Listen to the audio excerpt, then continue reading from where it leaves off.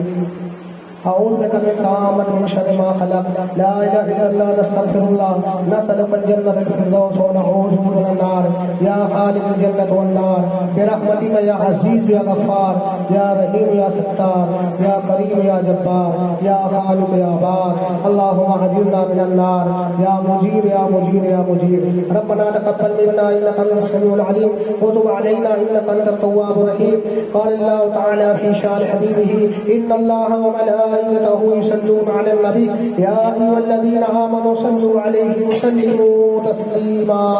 اللهم صل على سيدنا محمد بعدد ما في علم الله صلاة دائمة بدوام ملك الله سبحان ربك رب العزة عما يصفون وسلام على المرسلين والحمد لله رب العالمين.